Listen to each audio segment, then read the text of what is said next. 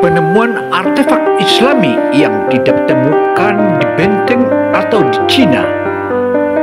Luar biasa penemuan artefak ini. Assalamualaikum warahmatullahi wabarakatuh. Sekelompok biksu di Cina menemukan artefak yang maha dahsyat dan luar biasa. Kalau sebelumnya kita telah menyajikan hal lain, kali ini kita menemukan atau menurunkan tentang penemuan artefak di Cina. Sekelompok biksu yang menemukan artefak yang maha dahsyat dan di abad ini. Artefak apakah itu? Mari kita saksikan.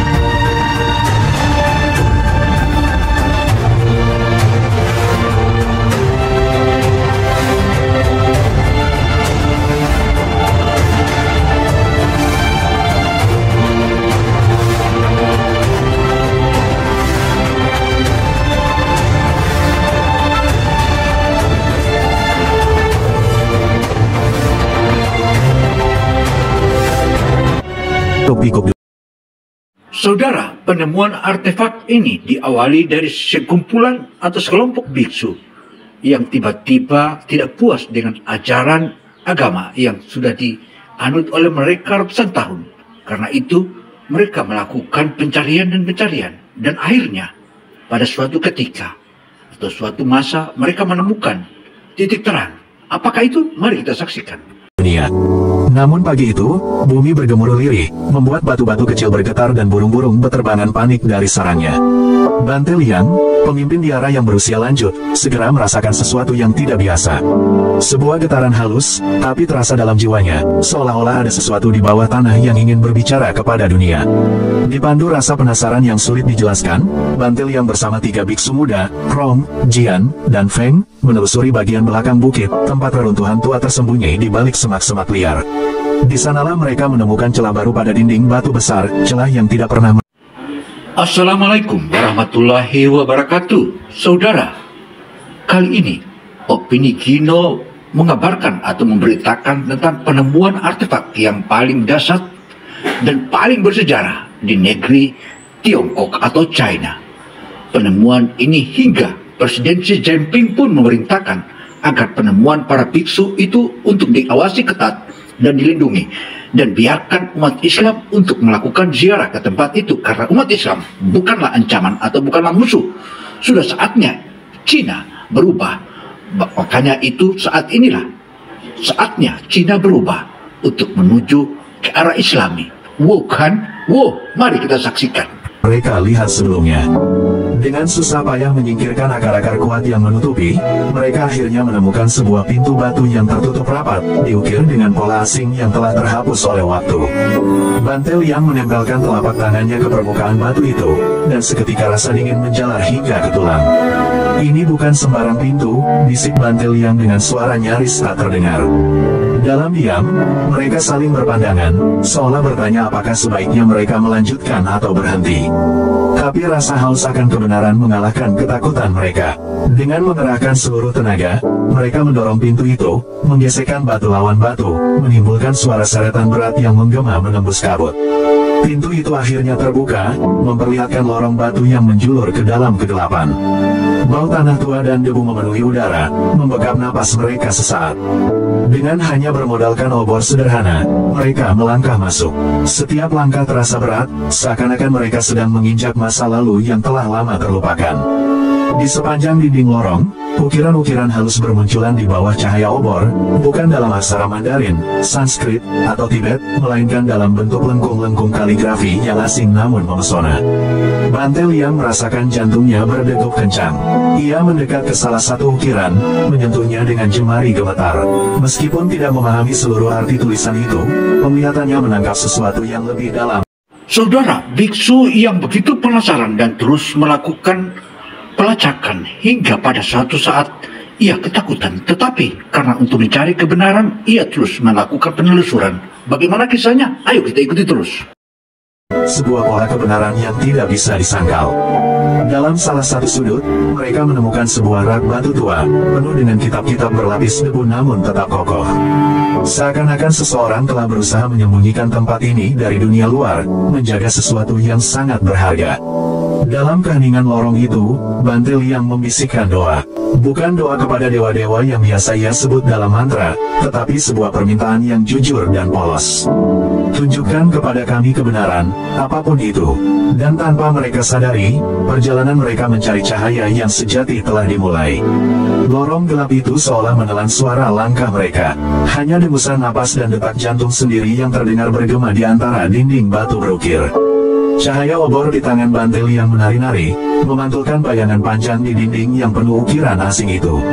Hatinya bergetar, antara rasa takut dan rasa takjub yang saling bertarung dalam dada. Satu demi satu, para biksu menelusuri dinding. Di sana, terukir tulisan Arab kuno, bersusun rapi dan mengalir seakan sebuah puisi surgawi. Liang mengusap bagian dinding yang lebih bersih, lalu membaca perlahan, dengan suara bergetar. Katakanlah, dialah Allah yang Maha Esa, Allah tempat bergantung segala sesuatu. Dia tiada beranak dan tidak pula diperanakan, dan tidak ada sesuatu yang setara dengannya. Quran Surat Al-Ikhlas ayat 1-4. Bante Liang terdiam. Ayat itu, meski dalam bahasa yang baru dipahami sepotong-sepotong, menyentuh sesuatu yang dalam di lubuk hatinya. Di sampingnya, Rong mengernyitkan dahi. Apakah ini tentang Tuhan yang satu? Tanyanya perlahan, suaranya hampir tak terdengar. Liang mengangguk perlahan. Sepertinya, iya, jawabnya. Mereka menatap satu sama lain, sadar bahwa apapun yang mereka temukan di sini akan mengubah segalanya. Saudara, Bante Liang atau Biksu Liang ini makin penasaran dan terus dia melakukan penelusuran artefak yang ditemukan dalam tanah itu. Maka makin luar biasa dan luar biasa. Mereka bukan hanya menemukan ruangan rahasia, mereka menemukan pesan. Mereka melangkah lebih dalam. Di ujung lorong, terdapat sebuah pilar batu besar dengan ukiran yang jauh lebih dalam dan rapi dibandingkan yang lain. Bante Jian mengarahkan obornya, dan ukiran itu menampakkan kalimat lain. Sesungguhnya agama di sisi Allah hanyalah Islam. Quran Surat Ali Imran ayat 19. Sekali lagi, dada mereka bergemuruh. Mereka telah menghabiskan hidup mempelajari banyak ajaran, mencari hakikat kebenaran lewat berbagai laku spiritual, namun tidak pernah ada ajaran yang sejelas dan sekuat kalimat itu. Tidak ada perdebatan panjang, tidak ada labirin filsafat, hanya sebuah kebenaran yang berdiri tegak tanpa keraguan. Bante Feng mendekati rak batu di sisi lorong. Ia menemukan sebuah kitab lusuh, berdebu, namun masih terjaga lembarannya. Dengan tangan gemetar, ia membukanya. Di halaman pertama tertulis dalam kaligrafi indah, dengan menyebut nama Allah yang Maha Pengasih lagi Maha Penyayang. Mereka semua membisu, bahkan nama itu, Allah, terasa berat dan agung dalam lidah mereka. Tidak menyerupai sebutan untuk dewa-dewa lain yang selama ini mereka kenal. Ada kesan keagungan mutlak, dan kasih sayang yang tidak terikat oleh bentuk atau patung apapun. Sambil terus menyusuri lorong, mereka menemukan lebih banyak ukiran ayat-ayat suci. Salah satunya berbunyi, dan tidaklah aku menciptakan jin dan manusia melainkan supaya mereka menyembahku. Quran Surat As-Sariyat ayat 56. Bante Liang menunduk dalam-dalam di hadapan ukiran itu. Jadi, tujuan hidup manusia, bukan untuk kekuasaan, bukan untuk kekayaan, bukan sekadar untuk kedamaian batin, tetapi untuk mengenal dan menyembah Tuhan yang satu itu, gumamnya penuh keharuan. Para biksu lain ikut tersentak dalam hening. Selama ini, mereka mengira semua jalan menuju kebenaran itu bebas ditempuh dengan cara apapun. Namun, di sini, di dalam lorong batu kuno yang tersembunyi ini, kebenaran itu berbicara jelas, tanpa keraguan, tanpa ilusi. Di sisi lain lorong, mereka menemukan satu lagi kitab berisi sejarah. Tulisannya bercampur antara Arab dan Han kuno. Setelah membaca dengan perlahan, mereka memahami isinya. Pada abad ke-7, seorang sahabat Nabi Muhammad, Sa'd bin Abi Waqqas, datang ke negeri ini membawa cahaya Islam. Ia diterima oleh Kaisar dinasti Tang dan mendirikan masjid pertama di Guangzhou. Islam berkembang pesat di tanah besar ini, hidup berdampingan dengan budaya lokal, membentuk komunitas yang kuat dan berilmu. Banterong mengusap halaman-halaman tua itu dengan jemari bergetar. Sejarah ini, mengapa tidak pernah diajarkan pada kita? Mengapa tidak ada dalam kitab sejarah resmi? Tanyanya dengan nada getir. Bantel yang memandang jauh ke lorong yang masih belum mereka telusuri. Mungkin, katanya perlahan, kebenaran kadang disembunyikan oleh manusia karena ketakutan atau keserakahan. Sambil membawa beberapa kitab yang bisa diselamatkan, mereka kembali ke mulut lorong, namun hati mereka kini berbeda. Mata mereka menyimpan bara baru, bara pengetahuan, bara pencarian yang lebih tajam dari sebelumnya. Malam itu, Bantil yang duduk termenung di altar utama biara. Ia membuka kembali salah satu kitab tua itu dan membaca ayat lain yang terpahat di dalam. Maka hadapkanlah wajahmu dengan lurus kepada agama Allah, tetaplah atas fitrah Allah yang telah menciptakan manusia menurut fitrah itu. Tidak ada perubahan pada fitrah Allah. Itulah agama yang lurus, tetapi kebanyakan manusia tidak mengetahui. Quran Surat Ar-Rum ayat 30. Air mata jatuh tanpa bisa ia tahan. Ia sadar bahwa semua jalan panjang, semua perjalanan batin yang ia tempuh bertahun-tahun, bukanlah kesia-siaan, melainkan persiapan untuk sampai ke sini, ke hadapan kebenaran sejati. Dengan suara parau, Bantil yang berdoa, bukan lagi kepada dewa-dewa pegunungan atau dewi keberuntungan, tetapi kepada Allah, Tuhan yang Esa, yang kini perlahan-lahan menyinari hatinya dengan cahaya yang tidak pernah ia kenal sebelumnya. Malam itu angin bertiup kencang, membawa aroma tanah basah dari lereng bukit. Di arah Gunung Seribu Kabut yang biasanya tenang terasa berbeda. Seperti ada sesuatu yang bergerak dalam udara, sesuatu yang membangkitkan kecemasan dan harapan sekaligus. Di ruang utama biara, Bantil yang duduk bersila di hadapan kitab-kitab tua yang mereka bawa dari lorong rahasia. Obor kecil di sudut ruangan berkelip-kelip, seolah takut menyaksikan perubahan besar yang akan segera terjadi. Banterong, Jian, dan Feng berkumpul mengelilingi Liang, masing-masing membawa kitab atau fragmen batu berukir. Tak ada suara selain suara kertas tua yang dibalik perlahan dan bisikan ayat-ayat yang mereka coba baca bersama.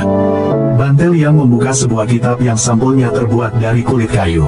Di halaman pertama, ia menemukan ukiran ayat yang membuat tubuhnya menggigil.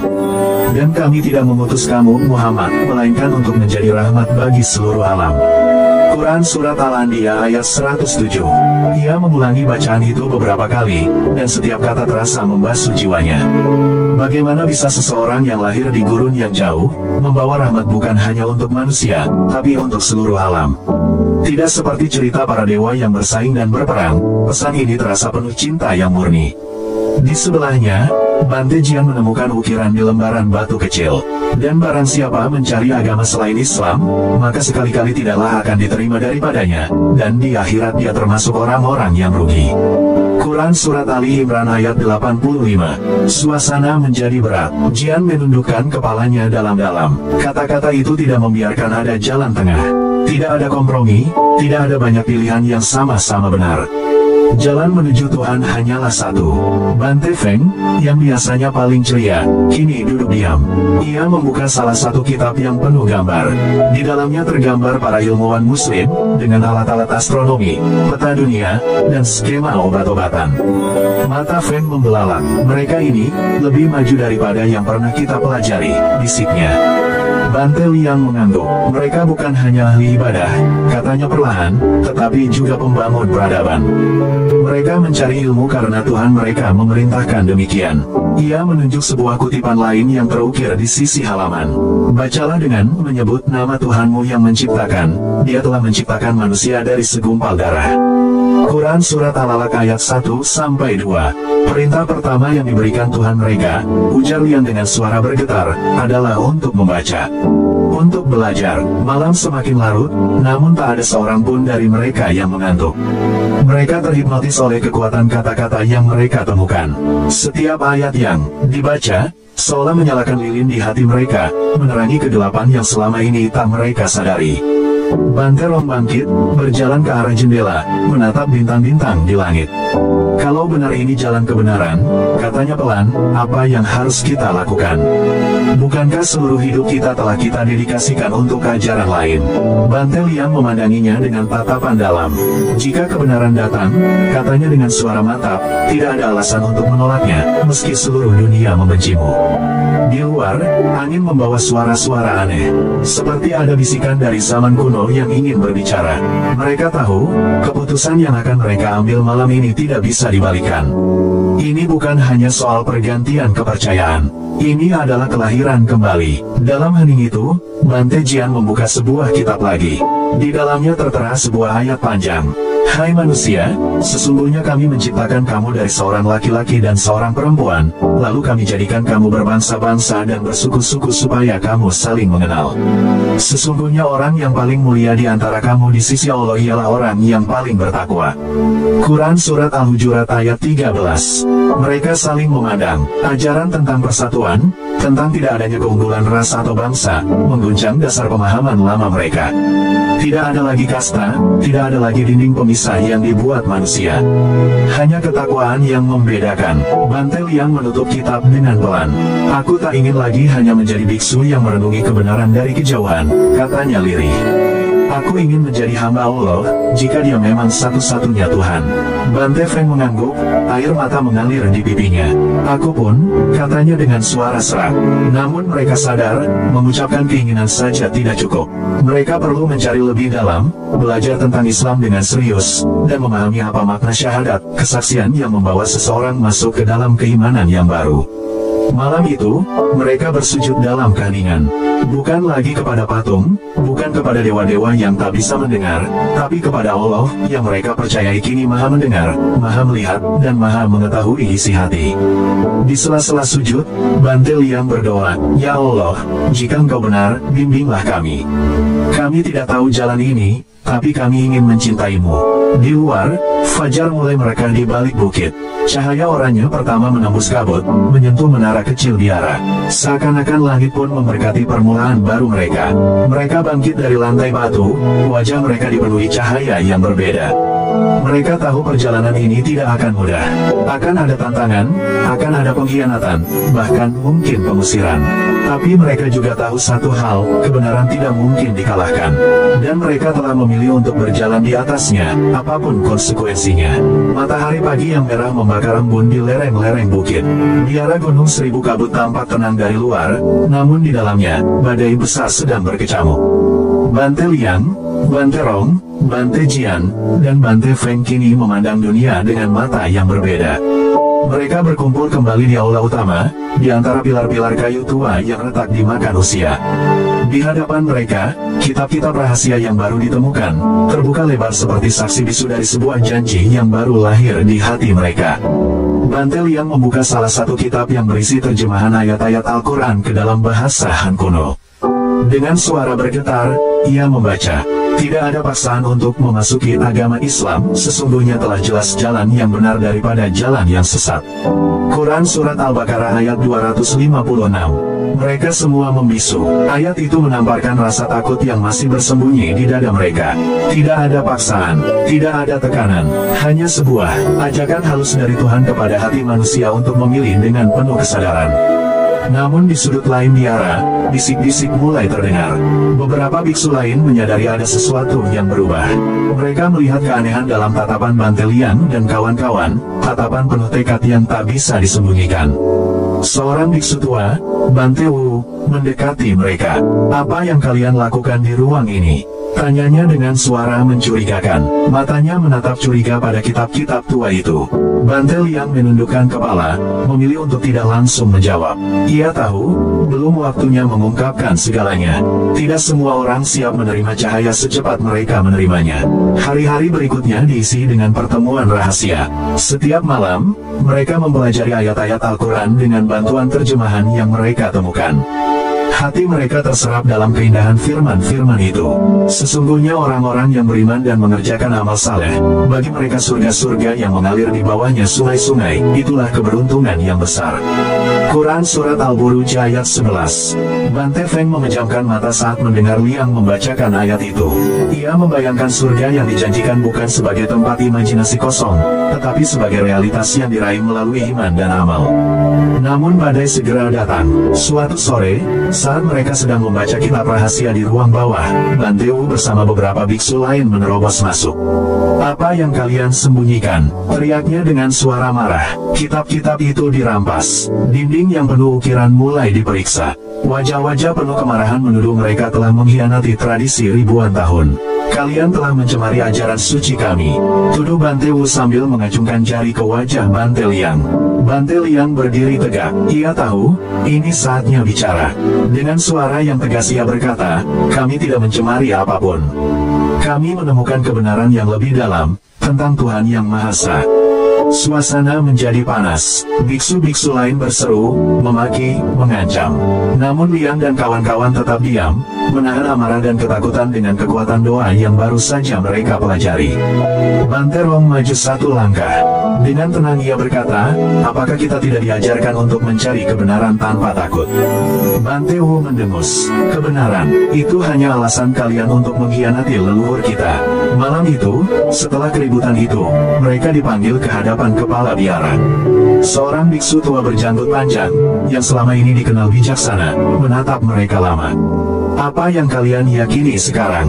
tanyanya perlahan. Bante Liang menunduk sejenak sebelum menjawab, "Kami percaya kepada Allah, Tuhan Yang Maha Esa, seperti yang tertulis dalam kitab-kitab yang kami temukan." Saudara, penemuan artefak Islami ini makin membuat para biksu ini menjadi bingung. Dan tampaknya mereka sudah mulai mengarah. Dan ternyata Islamlah agama yang paling benar di muka bumi ini. Mereka jadi mu'alaf. Kepala biara menghela napas berat. "Kalian telah memilih jalan yang berbeda.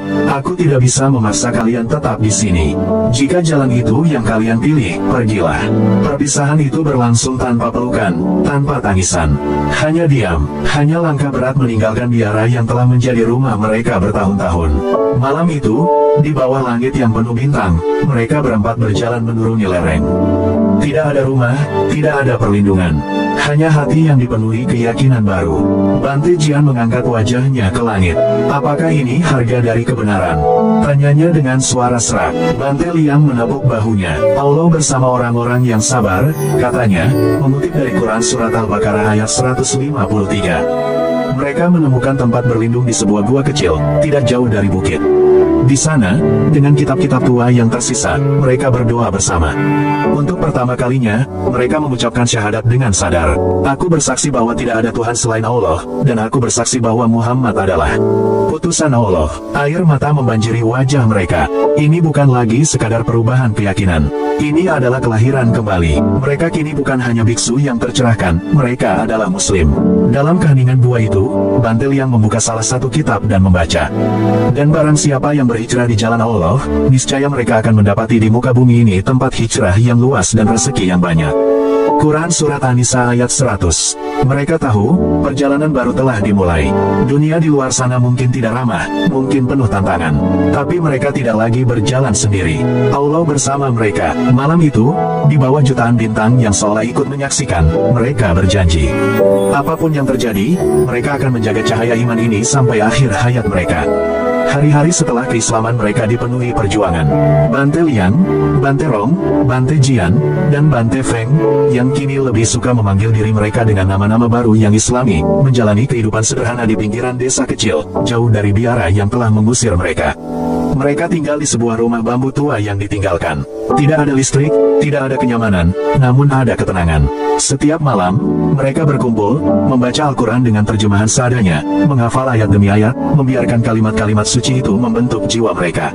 Suatu pagi, saat sedang mencari kayu bakar, Bante Jian menemukan jalur kecil tersembunyi di balik semak-semak. Rasa ingin tahunya membuncah. Ia memanggil yang lain, dan bersama-sama mereka menyusuri jalan sempit itu. Tak disangka, jalur itu mengarah ke sebuah reruntuhan tua.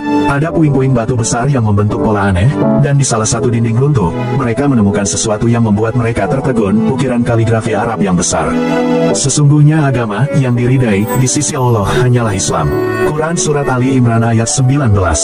Bante Liang mendekati dinding itu dengan tangan gemetar. Ini, bukti, katanya perlahan. Bukti bahwa Islam pernah berjaya di sini. Mereka mulai membersihkan area sekitar dengan tangan kosong. Debu berabad-abad mengepul di udara. Di bawah reruntuhan, mereka menemukan lebih banyak prasasti, nama-nama Arab, catatan tentang ilmu pengetahuan, dan bahkan peta-peta bintang.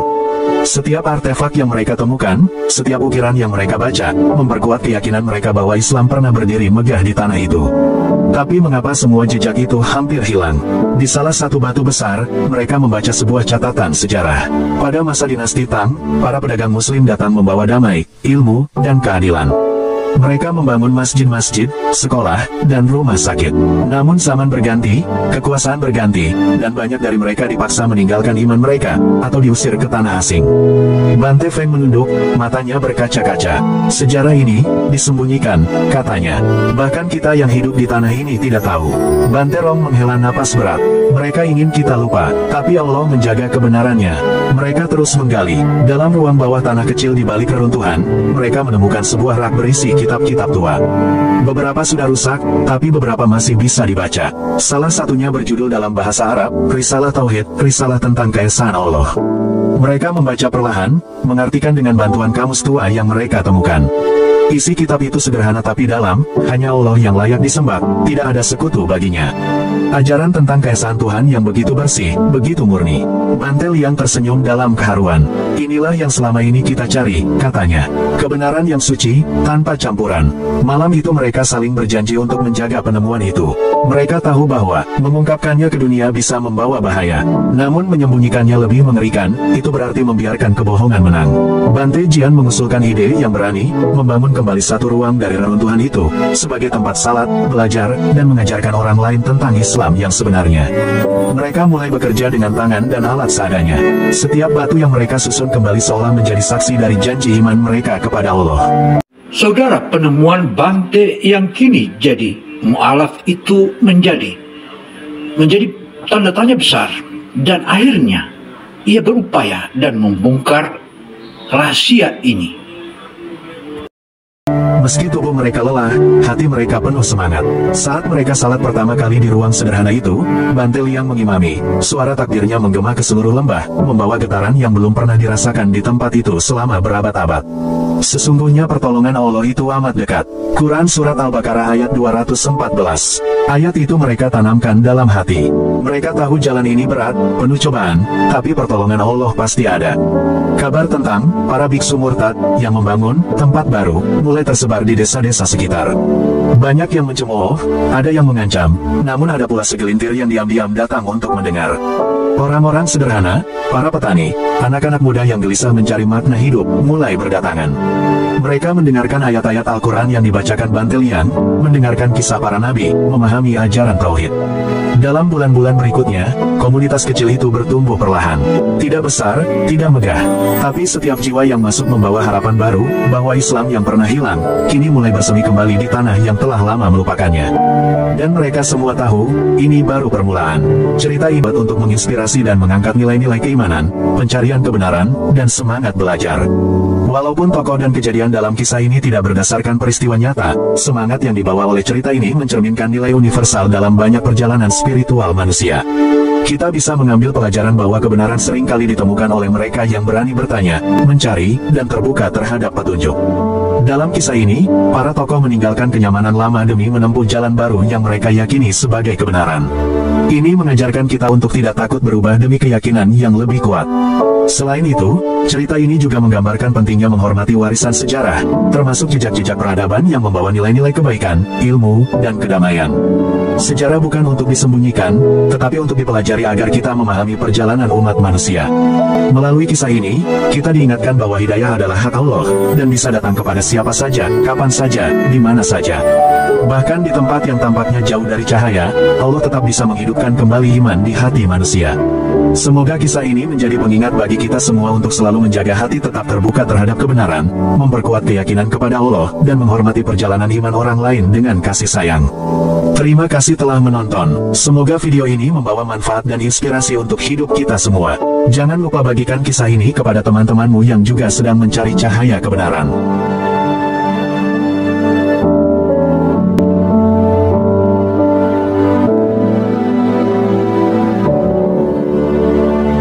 Saudara, demikianlah kisah ini. Semoga kisah ini bermanfaat bagi kita semua. Saya Kino Samsudin Mirsad melaporkan. Wassalamualaikum warahmatullahi wabarakatuh. Semoga Allah memberikan kita rahmatnya. Rabbil alamin. Amin amin ya rabbil alamin.